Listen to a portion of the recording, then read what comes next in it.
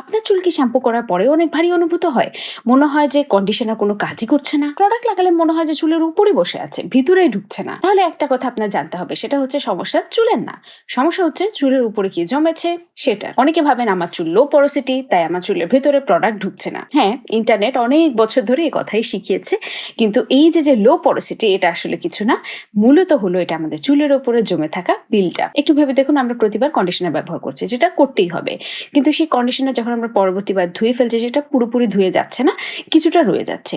সেই সাথে যুক্ত হচ্ছে আমরা অন্যান্য যে প্রোডাক্ট ব্যবহার করছি সেগুলো, আমরা যে পানি দিয়ে চুল ধুচ্ছি সেটার মিনারেল, শুধু তাই না, আমরা বাইরে যাচ্ছি সেই ধুলোবালি, পলিউশন ইত্যাদি সবকিছু কিন্তু একটু একটু করে প্রতিনিয়ত আমাদের চুলে জমছে, এবং জমতে জমতে চুলের উপরে এত ভারী একটি স্তর হয়ে গেছে যে নতুন কোনো প্রোডাক্ট প্রবেশই করতে পারছে না। তখন চুল খুব ভারী লাগা শুরু হয়, ডাল দেখায়, মনে হয় সেই ফুরফুরে ভাবটিই নেই। অনেকে এরকমটা হলে ভেবে থাকেন যে হয়তো আমার চুলের ধরনই বদলে গেছে, বা সময় হয়েছে আমার শ্যাম্পু আর কন্ডিশনার আর কাজ করছে না। কিন্তু আপনাকে জানেন যে এই যে বিল্ড আপ আমাদের চুলে জমছে, যেটা কারণে আমাদের চুল এতটা ডাল হয়ে গেছে বা নিস্তেজ হয়ে পড়েছে, সেই জিনিসটা কিন্তু আমাদের স্ক্যাল্পেও জমছে, যেটাকে আমরা বলি স্ক্যাল্প বিল্ড আপ, যেটা নখ দিয়ে চুলকালে অনেক সময় নখের সাথে আসে বা ভারী স্কেলের মতন বা আঁশের মতন দেখতে পাওয়া যায়। স্ক্যাল্প বিল্ড আপ দৃশ্যমান হয়, আমরা দেখতে পারি, কিন্তু চুলের বিল্ড আপ আমরা দেখতে পারি না এবং আমরা ভুল বুঝি। তাহলে কি করতে হবে?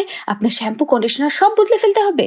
না, এরকম কিছুই করতে হবে না। ছোট্ট একটা অভ্যাসে পরিবর্তন আনতে হবে, যেটাকে আমি বলি স্ক্যাল্প রিসেট। অর্থাৎ সপ্তাহে অন্তত একদিন আমাদের স্ক্যাল্প এবং চুলের বিল্ড আপ দূর করার জন্য একটি বিশেষ শ্যাম্পু ব্যবহার করতে হবে। আমাদের হেয়ার কাট রাইট ক্লারিফাইং শ্যাম্পু কিন্তু সেই উদ্দেশ্যে বানানো।